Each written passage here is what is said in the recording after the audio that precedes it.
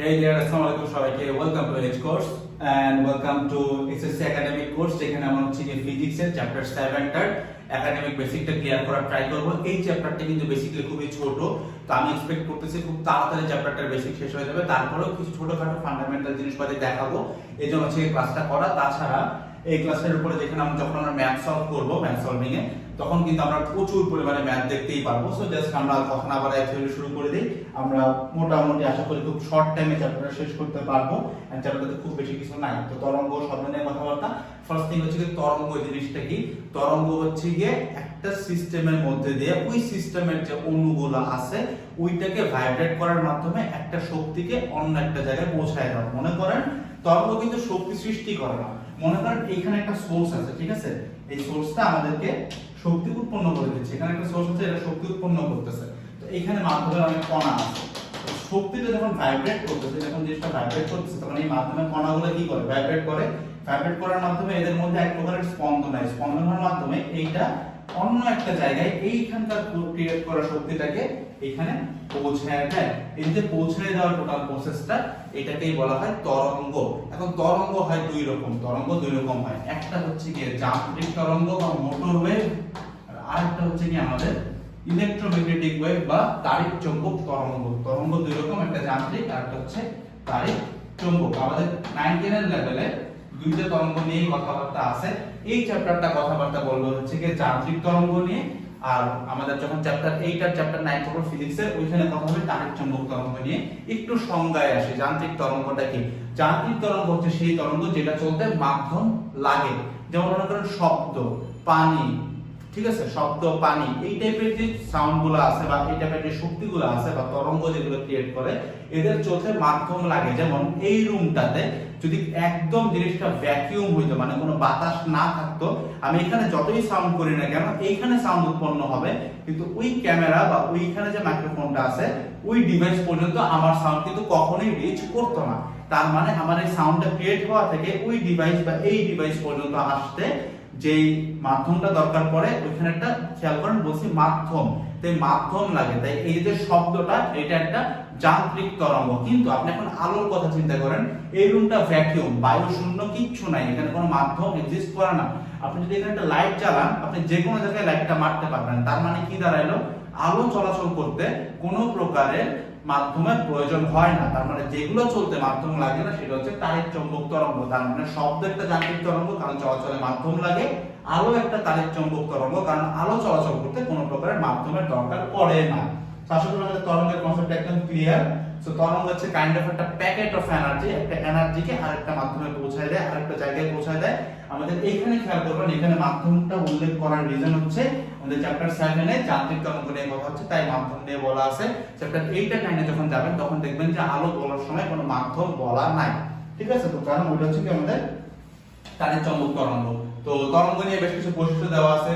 যেমন এটা হচ্ছে কি স্পন্দন গতির মাধ্যমে। স্পন্দন গতি কি আপনারা আশা করি জানেন যে পর্যায়কালের একটা পর্যায়বৃত্ত গতি, তার পর্যায়কালের অর্ধেক সময় একদিকে, বাকি অর্ধেক সময় তার বিপরীত দিকে, এবং সমান সমান সময়টা যদি অতিক্রম করে সেটাকে স্পন্দন গতি বলে। জিনিসটা ভাইব্রেটের মাধ্যমে জিনিসটা সৃষ্টি হয়, কিন্তু কণাগুলো কখনো স্থায়ী চেঞ্জ হয় না।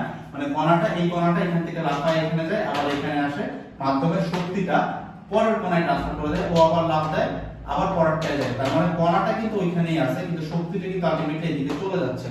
সো কণাটার কোনো স্থায়ী স্থানান্তর হয় না, কিন্তু শক্তি কিন্তু ট্রান্সফার হচ্ছে কিভাবে? কণাগুলোর স্পন্দন গতি বা ভাইব্রেশনের মাধ্যমে। তার পরেরটা হচ্ছে কি যান্ত্রিক তরঙ্গ চলতে মাধ্যম লাগে। আমি একটু আগে বলছি এটা শক্তি সঞ্চালন করে, এন্ড বাকিটুকু আপনি জানেন যে প্রতিফলন, প্রতিসরণ ও পরিবর্তন, এগুলো খুবই সিম্পল কথাবার্তা, এগুলো তার না যায়, পরে চলে যায়। এবার আসছে কি তরঙ্গের যান্ত্রিক তরঙ্গের দুটো প্রকারভেদ হয়। এটা কিন্তু যান্ত্রিক তরঙ্গের প্রকারভেদ। একটা হচ্ছে অনুদৈর্ঘ্য তরঙ্গ, একটা হচ্ছে অনুপ্রস্থ তরঙ্গ। অনুদৈর্ঘ্য তরঙ্গের ক্ষেত্রে আমাদের যে কম্পনের দিক আর শক্তি সঞ্চালনের দিক হয় হচ্ছে কি সমান্তরাল। একটু খেয়াল করেন অনুদৈর্ঘ্য তরঙ্গের চেহারাটা খেয়াল করেন, এখানকার সংকোচন প্রসারণ কোন দিক হয়? জিনিসটা একটা স্প্রিং। অনুদৈর্ঘ্য তরঙ্গ যখন চিন্তা করবেন মাথার মধ্যে কি আনবেন? স্প্রিং আনবেন। একটা স্প্রিং কি হয় দেখেন, বাউন্স করে উপরের দিকে যায়। দেখেন এটা সংকোচন কোন দিকে হয়? সংকোচন হয় হচ্ছে এই দিকে, প্রসারণ হয় হচ্ছে এই দিকে। এখন আপনি দেখেন একটা বল রাখেন, এটা একটা স্প্রিং ধরেন, বলটাকে এই দিকে যদি প্রেস করেন তাহলে সংকোচন হচ্ছে, যখন প্রসারণ হবে তখন কোন দিকে যাবে? এই দিকে যাবে। এবং বলটাকে যদি একটু শক্তি হিসেবে চিন্তা করেন, বলটা কোন দিকে যাবে? বলটা কিন্তু এই দিকে যাবে।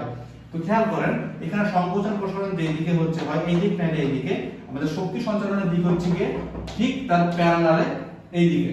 সো তার মানে আমাদের যেটা দাঁড়ায় যে এইটার যে সংকোচন প্রসারণের যে দিক আর শক্তি সঞ্চালনের দিক এদের মধ্যবর্তী কোণ ইদার 0 ডিগ্রি অথবা আমাদের 180 ডিগ্রি। এটা হচ্ছে অনুদৈর্ঘ্য তরঙ্গের কনসেপ্ট।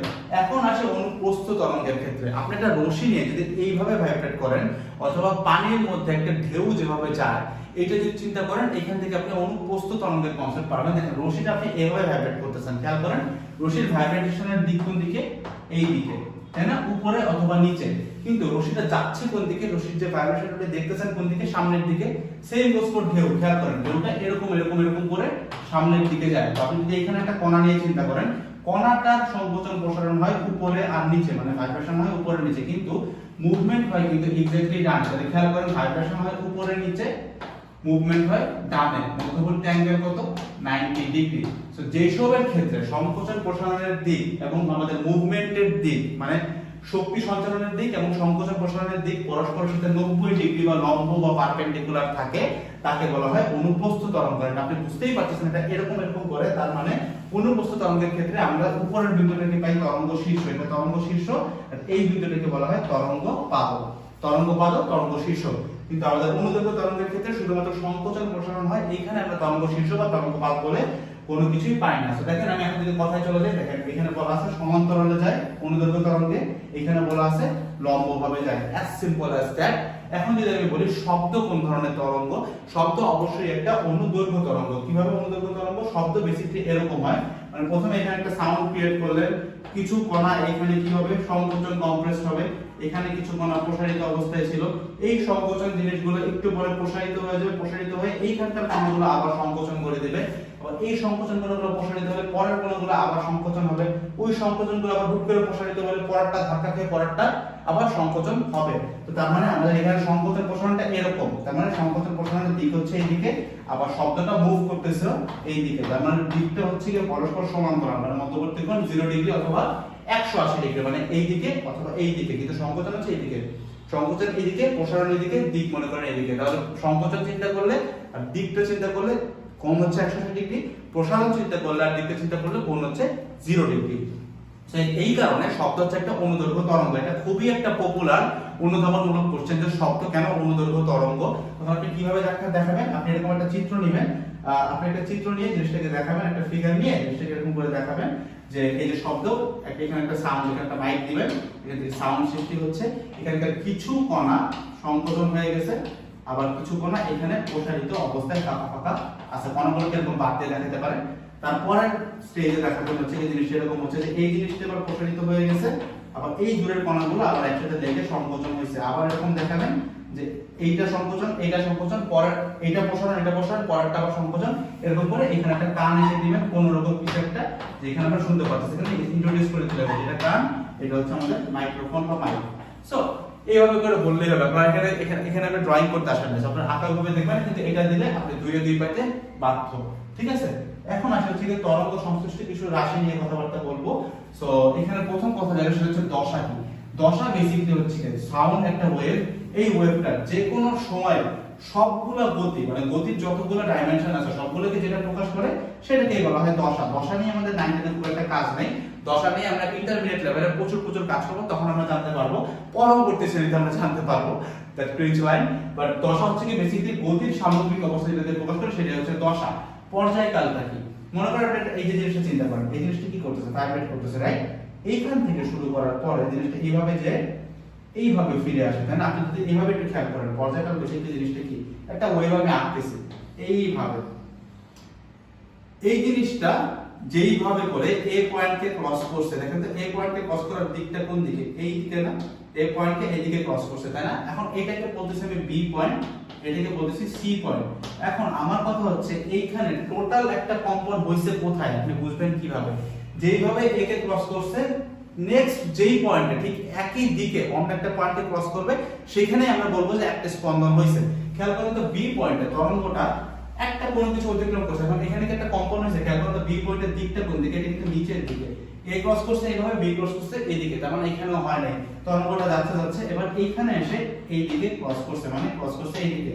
খেয়াল করেন এ কে ক্রস করছে এইদিকে, বি কে করছে এইদিকে, আবার সি কে কিন্তু করছে আবার একই দিকে, তার মানে এ কে আর সি কে একই দিকে তরঙ্গটা ক্রস করছে। তার মানে আমাদের এই টোটালটাই হচ্ছে গিয়ে একটা পূর্ণ কম্পন। তার মানে এ থেকে সি পর্যন্ত হচ্ছে গিয়ে পূর্ণ কম্পন, এবং একটা পূর্ণ কম্পনের শব্দ যতটুকু দূরত্ব অতিক্রম করে তাকেই বলা হয় হচ্ছে কি আমাদের তরঙ্গ দৈর্ঘ্য অথবা ল্যামডা। এবং আরো একটা কথা, এই পূর্ণ কম্পনে এইটুকু দূরত্ব অতিক্রম করতে তার যতটুকু সময় লাগে তাকে বলা হয় পর্যায়কাল টি। আচ্ছা, এখান থেকে আমরা শব্দের বেগের রাশিমালা বের করতে পারি। খেয়াল করুন তো, আমরা জানি যে এস শব্দের হচ্ছে বেগ সমবেগ ধরা হয়। আমরা জানি যে s vt, তো আলটিমেটলি আমরা কি জানি v কত s/t, তাই না? এখন খেয়াল করেন এখানে s কত, s হচ্ছে দূরত্বটা কত, ল্যামডা, আমাদের দূরত্ব তরঙ্গ দৈর্ঘ্য ল্যামডা দিলাম, আর t কে ভাই t হইতেছে কি আমাদের পর্যায়কাল, মানে ল্যামডা টোটালটা দেখে যতটুকু টাইম লাগে সেটা হচ্ছে ক্যাপিটাল T, এখানে ক্যাপিটাল T দিয়ে দেন, তাহলে কি পাইলাম আমাদের এখান থেকে আমরা সূত্র পাইলাম v lambda by capital T। Capital T কি পর্যায়কাল, মানে পুরো স্পন্দনে এইখান থেকে এই পয়েন্ট পর্যন্ত আসতে যে সময় সেটা হচ্ছে ক্যাপিটাল T, গেল আমাদের পর্যায়কাল। এবং আমরা তরঙ্গের বেগ নিয়ে কথাবার্তা বলছি। এখন আসলে আমরা কম্পাঙ্কের কথা বলতে। কম্পাঙ্ক কি? আমরা পর্যায়কাল বলছি ফুল একটা ভাইব্রেশনে যে টাইম লাগে। কম্পাঙ্ক কি? 1 সেকেন্ডে যে কয়টা ভাইব্রেশন দেয়। তার মানে মনে করেন এইখান থেকে শুরু করে, এ থেকে শুরু করে এই পর্যন্ত ভাইব্রেশন কয়টা খেয়াল করুন, এ থেকে সি তে, এইখান থেকে এখানে একটা, এখানে একটা, আর এখান থেকে এখানে একটা। তো আপনি ধরে নেন যে এই এ থেকে সি পর্যন্ত তার যাইতে সময় লাগছে, এ থেকে সি পর্যন্ত এই কম্পনটা যাইতে সময় লাগছে 1 সেকেন্ড। তাহলে ভাই এইখানে কম্পাঙ্ক কত? কম্পাঙ্ক কয়টা?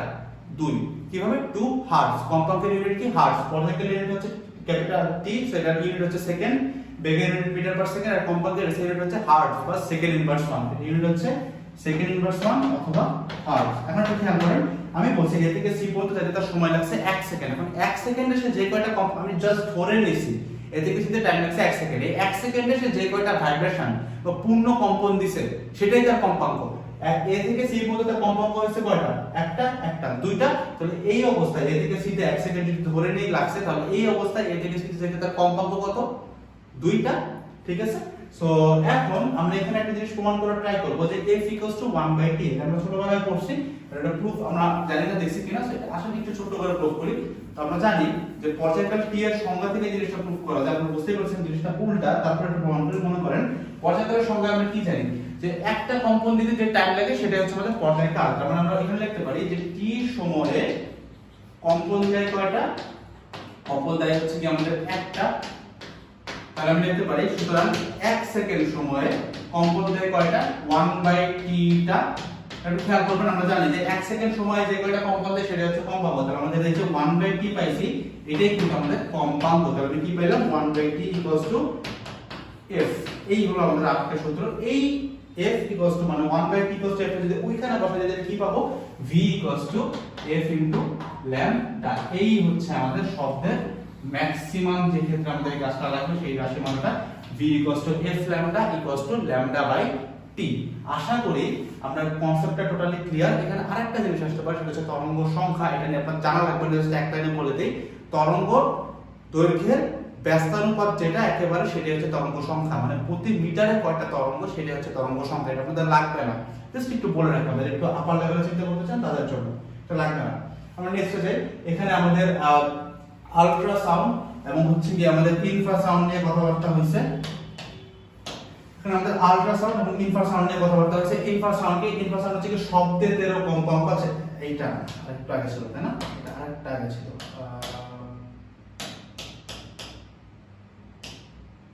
এই যে এখানে আমাদের আল্ট্রাসাউন্ড এবং ইনফ্রাসাউন্ড নিয়ে কথাবার্তা হয়েছে। তো ইনফ্রাসাউন্ডটা কি? প্রথমত আমাদের শুনতে হবে যে আমাদের এখানে সাউন্ড শোনার একটা রেঞ্জ আছে। রেঞ্জটা কি?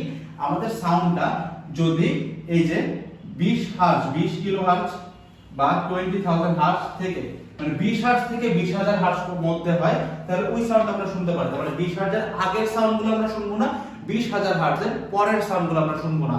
যদি 20 হার্জ সাউন্ডের আগের সাউন্ড, ওই সাউন্ডটাকে বলা হয় হচ্ছে কি শব্দের তরঙ্গ বা ইনফ্রাসাউন্ড। এবং 20,000 হার্টজ থেকে যে বেশি সাউন্ড সেটাকে বলা হয় শব্দোত্তর বা আল্ট্রাসাউন্ড। 20,000 সাউন্ড, এই হাজারটাকে কিলো দিয়ে চেঞ্জ করা যায়। আপনারা জানেন যে কিলোর ভ্যালু হচ্ছে 1000, তো এটা আলটিমেটলি 20,000ই আছে।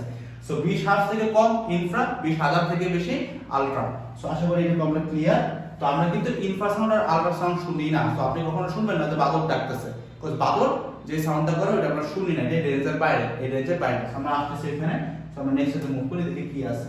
এখানে শব্দ তরঙ্গ নিয়ে কথাবার্তা আছে, তো শব্দের বেগ নিয়ে একটু কথাবার্তা আছে। এই জিনিসটা আমরা জানি যে শব্দ তরঙ্গ এটা সিম্পল, শব্দ সঞ্চালনের জন্য একটা মাধ্যমের প্রয়োজন হয়, স্থিতিস্থাপক, খুবই সিম্পল। যে কোনো মাধ্যমের স্থিতিস্থাপকতা থাকে, তো যে কোনো মাধ্যম মানে এটা স্থিতিস্থাপক মাধ্যম, ঠিক আছে। তো শব্দের একটা যান্ত্রিক তরঙ্গ যেটা আমি বলছিলাম, মানে একটা অনুদৈর্ঘ্য তরঙ্গ, এটাও আমি বলছিলাম। এবং কঠিন মাধ্যমে শব্দের বেগ সবচেয়ে বেশি, শব্দের বেগের একটা রাশিমালা দেওয়া আছে, কঠিন গ্রেটার দেন তরল গ্রেটার দেন বায়ু। মানে কঠিন মাধ্যমে শব্দের বেগ সবচেয়ে বেশি। কেন বেশি আমি একটু ইন্ডিকেট করে, কঠিন মাধ্যমে অণুগুলো খুব কাছাকাছি থাকে, যার কারণে ভাইব্রেশনটা খুব তাড়াতাড়ি ছড়ায়। তরল মাধ্যমে একটু দূরে দূরে থাকে, তাই ভাইব্রেশন যেতে একটু সময় লাগে। বায়বীয় মাধ্যমে আরো দূরে থাকে, তাই ভাইব্রেশন যেতে আরো বেশি সময় লাগে। কারণ শব্দের বেগ কঠিন সবচেয়ে বেশি, তরল সবচেয়ে বেশি, বায়বীয়টা সবচেয়ে বেশি। এবার একটু খেয়াল করেন, আপনি একটা পাইপ দিবেন, লোহার পাইপের এক সাউন্ডে সাউন্ড করছেন, পাইপটা একটু বড়, ওই পাশে একজন কান দিয়ে আছে, সে কিন্তু সাউন্ডটা দুইবার শুনবে। শোনার রিজন কি, শব্দটা যাচ্ছে দুইটা মাধ্যমে, পাইপের ভিতরটা ফাঁকা, ওখানে ধরেন বাতাস আছে, আর পাইপের যে জিনিসটা ওটা হচ্ছে লোহা। তো লোহায় কিন্তু শব্দের বেগ বেশি, তার মানে শব্দটা লোহা দিয়ে আগে ওর কানে চলে যাবে একটা শব্দ। আবার আপনি সাউন্ড কিন্তু করছেন একটাই, কিন্তু ওই একটা সাউন্ডে দুইটা মাধ্যম দিয়ে যাচ্ছে। সো সাউন্ডের যেই পোর্শনটা আপনার লোহা দিয়ে যাচ্ছে সেটা কিন্তু কানে আগে পৌঁছাবে, আর যেটা বাতাস দিয়ে যাচ্ছে বাতাসের অণুগুলো দূরে হয়, বাতাসের বেগ কম, তাই সে ওই পাশে সাউন্ডটা, বাতাসের সাউন্ড একটু কম শুনবে। কিন্তু আপনি সাউন্ড একবার করছেন, ওই পাশ থেকে সে কিন্তু সাউন্ডটা দুইবার শুনবে। এই কনসেপ্টটাই আমাদের কাজে লাগায় কঠিন গ্রেটার দেন তরল গ্রেটার দেন বায়ু বই বলা। এবং আপনি এভাবে চিন্তা করতে পারেন যে লাইট কেন একটা তাড়িৎ চৌম্বক তরঙ্গ, বা লাইটে কেন মাধ্যম লাগে না, কথা আপনি লোহার মধ্যে লাইট মারেন, জিনিসটা যদি স্বচ্ছ হয়, ওই পাশে যেভাবে দেখবেন, যেই রেটে দেখবেন, আপনি বায়ু দিয়ে মারলেও একই রেটে দেখবেন, যদি মাধ্যমটা কমপ্লিটলি স্বচ্ছ হয়, ঠিক আছে। সেটা হচ্ছে কথাবার্তা। তারপরে যেটা শব্দকে তরঙ্গ আছে, প্রতিফলন, প্রতিসরণ, পরিবর্তন করতেই পারে, খুব সিম্পল কথাবার্তা। আমরা নেক্সটে চলে যাই, প্রতিধ্বনি বা ইকো, ইসিএইচও, এটা অনেকে ইকো বলে ফেলে, but that's not eco, that is eco, eco, ঠিক আছে। ইকো, তো ইকোটা কি, মানে আপনি একটা সাউন্ড করছেন, একটা প্রতিফলক আছে, সাউন্ডটা গেল, বাধা পাইল, আবার আপনি শুনলেন, ফিরে পাইলেন, এখানে হচ্ছে কান আপনার। এই যে একই করা সাউন্ড একবার করছেন, কিন্তু আপনি দেয়ালে লাগাবে, আবার আসলো, এই জিনিসটাকে বলা হয় ইকো।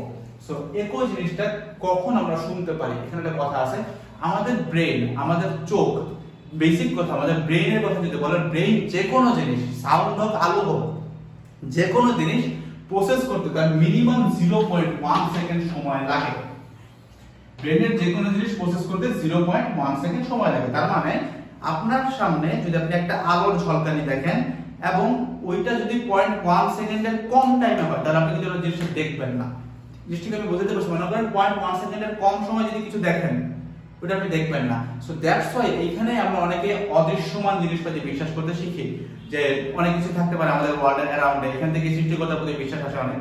সো এইভাবে জিনিসটা এরকম যে আপনি যদি 0.1 সেকেন্ডের কম কিছু দেখেন, তাহলে আপনি দেখবেন না। ঠিক একই জিনিস হচ্ছে আমাদের সাউন্ডের ক্ষেত্রে যায়। যদি আপনি কোন একটা শব্দ 0.1 সেকেন্ডের কম সময় ধরে শুনেন, ওই সাউন্ডটা আপনার ব্রেইনে কোনো প্রকারের অনুভূতি ক্রিয়েট করতে পারবে না, কারণ শব্দের মধ্যে স্থায়িত্বকাল হচ্ছে 0.1 সেকেন্ড। তাহলে এখানে আমি একটা কনসেপ্ট দিই, আপনার সামনে আমি একটা মশাল চালায় যদি খুব দ্রুত ঘুরে, তার মানে আপনি এই পয়েন্ট থেকে এই পয়েন্টে মশালটা আসতে যদি 0.1 সেকেন্ডের কম সময় লাগে, আবার এখান থেকে আসতে যদি আরো কম সময় লাগে, সো এই টোটাল জিনিসটা আপনি একটা সার্কেল দেখেন, জিনিসটা একটা সার্কুলার দেখেন। কেন দেখেন? আপনার ব্রেন জিনিসটা প্রসেস করতে পারতেছে না, ব্রেনের একটা সার্কেল বানায় ফেলে, জিনিসটা মুভিং। সো 0.1 সেকেন্ডের যদি কম সময় মুভ করাইতে পারে। Same goes for sound. আপনি যদি এই সাউন্ডটা করছেন, আপনি যখন এখানে এখানে মুখ দিয়ে সাউন্ডটা করছেন, যে দিয়ে সাউন্ড করেন, মুখ দিয়ে যখন সাউন্ডটা করছেন, কিন্তু সাউন্ডটা এখানে একবার শুনছেন, এখানে একটা কাউন্ট হইছে, শুনছেন, এখন ও যে আবার আসছে, এইখানে আসার পর আপনি সাউন্ড আরো একবার শুনতেছেন, কাউন্ট 2 হইছে, দুইবার সাউন্ডটা শুনছেন। এখন এই একবার সাউন্ড আর দুইবার যেটা শুনছেন, এটা হচ্ছে প্রতিধ্বনি। এই একবার সাউন্ড আর দুইবার শোনার মাঝখানে ডিফারেন্স যদি 0.1 সেকেন্ডের চেয়ে কম হয়, তখন আমরা সাউন্ডটা শুনতে পারবো না, তখন আমরা ইকো জিনিসটা শুনতে পারবো না। যার কারণে রুমের দৈর্ঘ্য যদি খুবই ছোট হয়, তাহলে সাউন্ডটা যে আসতে খুবই কম সময় লাগে, যার কারণে 0.1 সেকেন্ডের মধ্যেই আমরা শব্দটা শুনতে পাই না, তখন কিন্তু ইকো হয় না। বুঝতে পারছেন? আবার যদি রুমের দৈর্ঘ্য একটু মিডিয়াম টাইপ বড় হয়, তখন কিন্তু আমার সাউন্ডটা যে আসতে সময় যেটা লাগবে সেটা যদি 0.1 সেকেন্ডের চেয়ে বেশি হয় তখন আমি জিনিসটা একর শুনবো। সেটা হচ্ছে একর কাহিনী, একর কনসেপ্ট ইউজ করে আমাদের শব্দ সমবেগে চলে সে এসি ইকুয়ালস হচ্ছে আমাদের বিটি, এখানে টি এর ভ্যালু 0.1 সেকেন্ড ধরে আর বেগ আমাদের দেওয়া থাকবে মাধ্যমে, ওটা ইউজ করে একটা রুমের দৈর্ঘ্য কতটুকু হলে আমরা একর শুনতে পারবো বা শুনতে পারবো না ওইটা কিন্তু আমরা বাইর করতে পারবো। ঠিক আছে, সো এইগুলোদের প্রচুর প্রচুর প্রচুর ম্যাথ আছে, ওই ম্যাথগুলো করার সময় আমরা দেখবো।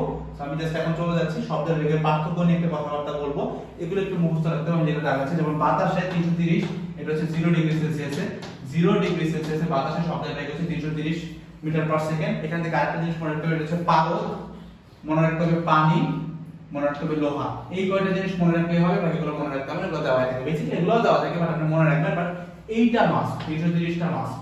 এখানে একটা সূত্র আছে, দেখেন আপনি এখানে একটু খেয়াল করবেন যে বাতাসের শব্দের বেগ তাপমাত্রার বর্গমূলের ব্যস্তানুপাতিক, তার মানে পাই হচ্ছে v সমানুপাতিক √t। ঠিক আছে, শব্দের বেগ তাপমাত্রার বর্গমূলের ব্যস্তানুপাতিক। এই তাপমাত্রাটা কিসে দেওয়া আছে? তাপমাত্রা আছে কিন্তু কেলভিনে। ঠিক আছে, এটা কিন্তু কেলভিনে তাপমাত্রা, কেলভিন। ঠিক আছে, তো এখানে যদি চিন্তা করি, আমরা যদি বলি এখানে যদি কনস্ট্যান্ট আনি v = k * t, এবং আমি যদি এটাকে বলি v1, এটাকে যদি বলি t1, তাহলে t1 তাপমাত্রার বেগ হচ্ছে v1 কনস্ট্যান্ট k, আবার যদি আমি বলি v2 = k * t2। এখন এটারে 2 নাম্বার বলতেছি, এটারে আমি 1 নাম্বার বলতেছি। ওই 1 নাম্বারকে 2 নাম্বার দিয়ে ভাগ দিলে আমি কি পাবো? v1/v2, দুই পাশ থেকে k কাটাকাটি চলে যাবে, পাবো কি √t1/t2। এই হচ্ছে আমাদের ফর্মুলা। এইটা ইউজ করে, এটা খুবই ইউজড একটা ফর্মুলা, এবং এইটা ইউজ করে আমরা যে কোনো তাপমাত্রায় বেগ বের করতে পারবো। যেমন আপনার 0 ডিগ্রি সেলসিয়াস কে আমি যদি কেলভিনে নেই, তাহলে কি করব? এটার সাথে কত যোগ করব? 273, তাহলে কত পেলাম? 273 কেলভিন। তুমি মনে করেন এইখানে আমরা v1 কত জানি? 0 ডিগ্রি সেলসিয়াসে 330 মিটার পার সেকেন্ড। t1 কত পেলাম? 273 কেলভিন। এখন মনে করেন আপনাকে বলতে যে 25 ডিগ্রি সেলসিয়াসে বের করতে, এখন 25 ডিগ্রি সেলসিয়াস মানে কত কেলভিন? 25 + 273 মানে 298 কেলভিন। তাহলে t2 এর ভ্যালু জানেন আপনি কত? 298 কেলভিন। এই ক্যালকুলেশন থেকে আপনি যদি v2 এর ভ্যালু বের করে ফেলেন, তিনটা রাশি আপনি জানেন না, তাহলে v2 ক্যালকুলেশন থেকে v2 বের করলে আপনি কি পাবেন? 25 ডিগ্রি সেলসিয়াস তাপমাত্রায় শব্দের বেগ। তো এই হচ্ছে শব্দের বেগ নিয়ে কথাবার্তা। ম্যাথ সলভিং আমরা এগুলো নিয়ে প্রচুর প্রচুর প্রচুর ম্যাথ করব, তো তখন দেখা যাবে আমরা মোটামুটি কনসেপ্টটা আশা করি একদম ক্লিয়ার, আমরা থিওরিটা প্রুভ করে আসলাম, আশা করি আমাদের কোনো ডাউট নাই আর। আচ্ছা, এখন হচ্ছে কিছু সংজ্ঞা টাইপের জিনিসপাতি, যে শব্দকে প্রকাশ করার জন্য আমাদের বেসিক্যালি তিনটা ধর্ম লাগে প্রকাশ করার জন্য: তীব্রতা, ইন্টেন্সিটি, তীক্ষ্ণতা, পিচ, টিম্বাল। সো জিনিসটা বলি, তীব্রতাটা কি? খুব সিম্পল চিন্তা করবেন, একদম সিম্পল। আপনি একটা সাউন্ড কতটা জোরে শুনতেছেন, কতটা কম শুনতেছেন, এটাই তীব্রতা। বুঝছেন? আমি এখন জোরে বললাম তীব্রতা বেশি, আস্তে বললাম তীব্রতা কম। সো এই যে কত জোরে শুনেন বা কত কম শুনেন, এই যে কত জোরে শোনা যাচ্ছে তার পরিমাপটা হচ্ছে তীব্রতা, এবং এইটার ইউনিট হচ্ছে কি, এটা ইউনিট দিয়ে মনে রাখতে, এটা হচ্ছে ওয়াট পার মিটার স্কয়ার। একটু খেয়াল করেন, এখান থেকে আমরা সংজ্ঞা দিতে পারি। তো আমি যেটা করতাম, ইন্টেন্সিটি বা তীব্রতার ইউনিট মনে রাখতাম এবং এখান থেকে সংজ্ঞা দিতাম। খেয়াল করেন, এটা হচ্ছে ক্ষেত্রফল, এটা হচ্ছে ক্ষমতা। তাহলে প্রতি মিটার ক্ষমতা মানে কি? আবার একটু আসে, ক্ষমতা মানে কি? ক্ষমতা মানে হচ্ছে কাজ বা সময়, তাই না? তার মানে হচ্ছে জুল পার সেকেন্ড, তাই তো? তাহলে দেখেন আমি কি বলি, প্রতি একক ক্ষেত্রফলের মধ্য দিয়ে প্রতি একক সেকেন্ডে যতটুকু শব্দ শক্তি প্রবাহিত হয় তাকে তীব্রতা বলে।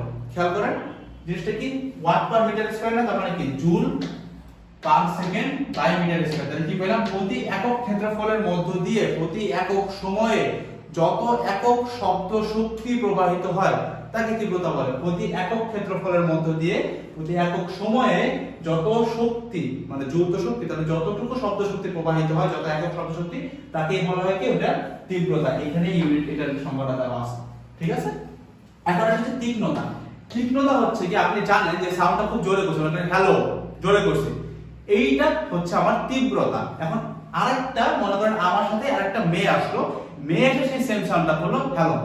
সো আমার সাউন্ডটা যতটুকু মোটা হচ্ছে, ওর সাউন্ডটা কিন্তু একটু অনেক পাতলা হবে ওনার সাউন্ডটা, তাই না? একটা মেয়ের ভয়েস একটা ছেলের ভয়েসের মধ্যে যে পার্থক্যটা, এইটা যেটা দিয়ে আমরা বের করি সেটা হচ্ছে পিচ বা তীক্ষ্ণতা। তো দেখেন পিচের ক্ষেত্রে আমরা যে দুইটা সাউন্ড নিয়ে চিন্তা করতেছি, দুইটার তীব্রতা কিন্তু একই। খেয়াল করেন, আমি যত জোরে এখন বলতেছি, ওই মেয়েটাও মনে করেন ঠিক একই জোরে কথাটা বলার ট্রাই করছে, দুজনেই একই জোরে বলতেছি। তো আমারটা আপনি মোটা শুনতেছেন, উনারটা আপনি পাতলা শুনতেছেন, তার মানে দুইটা শব্দেরই তীব্রতা একই। খেয়াল করবেন, এই যে আমাদের তীব্রতা শব্দের মধ্যে আমাদের তীব্রতা কিন্তু একই, তার মানে একই তীব্রতার শব্দের মধ্যে কোনটা মোটা আর কোনটা কম, মানে কোনটা মোটা কোনটা তীক্ষ্ণ, ওই জিনিসটা যেটা দিয়ে প্রকাশ করা হয় সেটাকে বলা হয় তীক্ষ্ণতা বা পিচ। এবং এটার একটা হচ্ছে হার্টজ। এই ইউনিটগুলো অবশ্যই মনে রাখবেন, এটা হচ্ছে ওয়াট পার মিটার স্কয়ার, এটা হচ্ছে হার্টজ। আর টিম্বারের ক্ষেত্রে কি, টিম্বারের ক্ষেত্রে হচ্ছে কি বিভিন্ন উৎস থেকে যে সাউন্ডটা হইতেছে ওইটা যে পার্থক্যটা যে বৈশিষ্ট্যতে বোঝা যায় সেটা হচ্ছে টিম্বার। লাইক আমি এখানে গিটার বাজাই যে সাউন্ডটা হবে ভার্সেস আমি যদি তবলা বাজাই সাউন্ডটা ডিফারেন্ট হবে। সো এই যেটা দিয়ে বুঝতেছি সেটা হচ্ছে কি আমাদের টিম্বার। এই তিনটা বৈশিষ্ট্য দিয়ে বেসিক্যালি আমরা শব্দ আইডেন্টিফাই করতে পারি। নেক্সট টপিক, শব্দ দূষণ। ছোটবেলা থেকে রচনা প্যারাগ্রাফ লেখা আছে শব্দ দূষণ কি। আমাদের যদি নরমাল সিস্টেম সাউন্ড সিস্টেমে কোনো জিনিস ঝামেলা করে, মানে যে সাউন্ডটা শুনতে ভালো লাগে না, যেমন আমি যদি এখানে এটাতে এখানে এরকম ঘষা শব্দ হচ্ছে না, এটা শব্দ দূষণ কাইন্ডা। তো এটা হচ্ছে শব্দ দূষণ, এটা নিয়ে কথাবার্তা বলার কিছুই নেই। এন্ড আপনারা ট্রাই করবেন এইগুলো যখন সিকিউতে দেয় একটু অ্যাভয়েড করার ট্রাই করবেন। কারণ শব্দ দূষণ আপনি যতই লেখেন দেখেন আপনারা কিন্তু 4-3 দিয়ে বসায় রাখবেন। সো এই জন্য খেয়াল করবেন এগুলো স্কিপ করে ফিজিক্সের ক্ষেত্রে ম্যাথমেটিক্যাল জিনিসগুলো অ্যানসার করতে, তাহলে কিন্তু আপনি 100 আউট অফ 100 পাইতে পারেন। কিন্তু ক্লাসগুলো ভাবে রেডি করে আপনি এগুলো ভালো মতো করলে ইনশাআল্লাহ 100 আউট অফ 100 পাবেন। এসএসসি মার্কস কতটা ম্যাটার করে বুয়েট অ্যাডমিশন টেস্টের ক্ষেত্রে, এটা কিন্তু আমাদের ব্যাচ যারা 20 ব্যাচ বুয়েটের, আমি বুয়েটের 20 batch guidelines civil engineering department, তারা কিন্তু জানে আমাদের সময় কিন্তু এসএসসি তে খুব ভালো একটা একটা এলিজিবিলিটি লিস্ট করছিল যে এত নাম্বার পাওয়ার অবস্থা। তাহলে এখানে মার্কস যেহেতু নেসেসারি, সো একটু রচনামূলক প্রশ্ন কম দিয়ে ম্যাথমেটিক্যাল জিনিসের উপর দখল নেন এবং ম্যাথমেটিক্যাল জিনিসগুলো করেন, তাহলে যেটা হবে বেশি নাম্বার তুলতে পারবেন এবং নাম্বার নিয়ে প্যারা খাবেন না ইনশাআল্লাহ। সো আমার মনে হয় আমাদের স্লাইড অলমোস্ট শেষ। কিছু কোশ্চেন আছে, আমি কোশ্চেনগুলোকে অ্যানসার করি। প্রথম হচ্ছে কি শব্দ এক জায়গা থেকে অন্য জায়গায় নিতে পারে। আমি একটা চিত্র দেখাইছিলাম না যে সংকোচন প্রসারণ, ওইটা দেখাই দেবেন, কাজ শেষ। শীত দিলে শব্দ হয় কেন? খুবই সিম্পল, শীত দেওয়ার কারণে শব্দ হয় যে কি বাতাসের জিনিসটা, বাতাসের যে ছিদ্রটা ওইটাকে আমরা কন্ট্রোল করার মাধ্যমে শব্দ করি। তার মানে এখানে যে আমি যে বাতাসটা বের করতেছি আমার দাঁতের সাথে একটা ভাইব্রেট হয়, ভাইব্রেটের কারণে কণাগুলো এক প্রকার সাউন্ড ক্রিয়েট করে। দ্যাটস হোয়াই এটা শীত দিলে শব্দ হয়। এবং আপনি যদি প্রপারলি ছিদ্রটা না করতে পারেন তাহলে বাতাসটা ঠিকমতো ভাইব্রেট হয় না, যার কারণে কিন্তু শব্দ সৃষ্টি হয় না। তারপরে বলছে তরঙ্গ প্রবাহিত হওয়ার সময় মাধ্যম প্রবাহিত হয় না। হ্যাঁ, মাধ্যম প্রবাহিত হয় না। আমি কি বলছিলাম, কণা একই জায়গায় থাকায় জাস্ট করে লাফায় এবং পরের কণার মধ্যে ভাইব্রেশন স্থানান্তরিত করে, বাট কণা কিন্তু একই জায়গায় থাকে। ঠিক আছে, সো মাধ্যম নিজে প্রবাহিত হয় না, সে নিজের অবস্থানে সরল ছন্দিতে স্পন্দন দেয়, কথাটা সত্য। তারপরে কি বজ্রপাত হলে কেন শব্দ হয়? আচ্ছা, বজ্রপাতের সময় কি হয়? বজ্রপাত বেসিক্যালি এখানে নাইট্রোজেন ফিক্সেশনের একটা কাহিনী আছে, ওটা আপনারা এখন বুঝবেন না। বাট উপরে যখন বজ্রপাত হয়, যখন একটা হুট করে বজ্রপাত হয়, এটা হওয়ার রিজন থেকে হচ্ছে কি কিছু জায়গা খুব হুট করে খুব গরম হয় আকাশের মধ্যে, মানে খুবই হিট হয়ে যায়। এটা কেন হয়? এই যে ঘষা লাগতেছে তরঙ্গের মেঘের ঘষার কারণে কিছু জায়গায় খুব গরম হয়। গরম হয়ে যাওয়ার কারণে ওইখানটাতে বায়ুচাপ খুব কম থাকে, তো ওইটা নিম্নচাপ।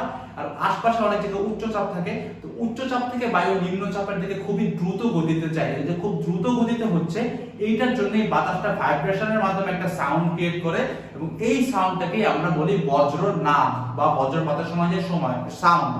সো এটা কি বেসিক্যালি ওই যে নিম্নচাপের বজ্রপাত যেখানে হয়েছে, মানে যেখানে ঝলকটা দেখছেন ওখানে কিন্তু গরম হয়ে যায় এবং বাতাস থাকে না প্রায়। সো উচ্চচাপ জায়গা থেকে যখন এখানে বাতাসটা খুব স্পিডে যায় উপর বা নিচ থেকে, ওই স্পিডটার কারণে যে মাধ্যমে ঘর্ষণ হয় এবং এখানে একটা স্পন্দন টাইপের জিনিসপাতি হয়, মানে এখানে একটা তরঙ্গ সঞ্চালন হচ্ছে, একটা সাউন্ড ক্রিয়েট হয়। ওই সাউন্ডটাই হচ্ছে বজ্রপাতের সময় শোনা আমাদের সাউন্ড। বজ্র কিন্তু মাটিতে পড়লে সাউন্ড হয় এমন না, মাটিতে পড়লে তো সাউন্ড হবে, না পড়লেও কিন্তু সাউন্ড আমরা শুনি। ওটা কেন হয়? এই যে উচ্চচাপ নিম্নচাপের কাহিনীর কারণে। ঠিক আছে, কারণ বাতাস উচ্চচাপ থেকে নিম্নচাপ অঞ্চলে যাইতে অভ্যস্ত, সবসময় সে উচ্চচাপ থেকে নিম্নচাপে যায়।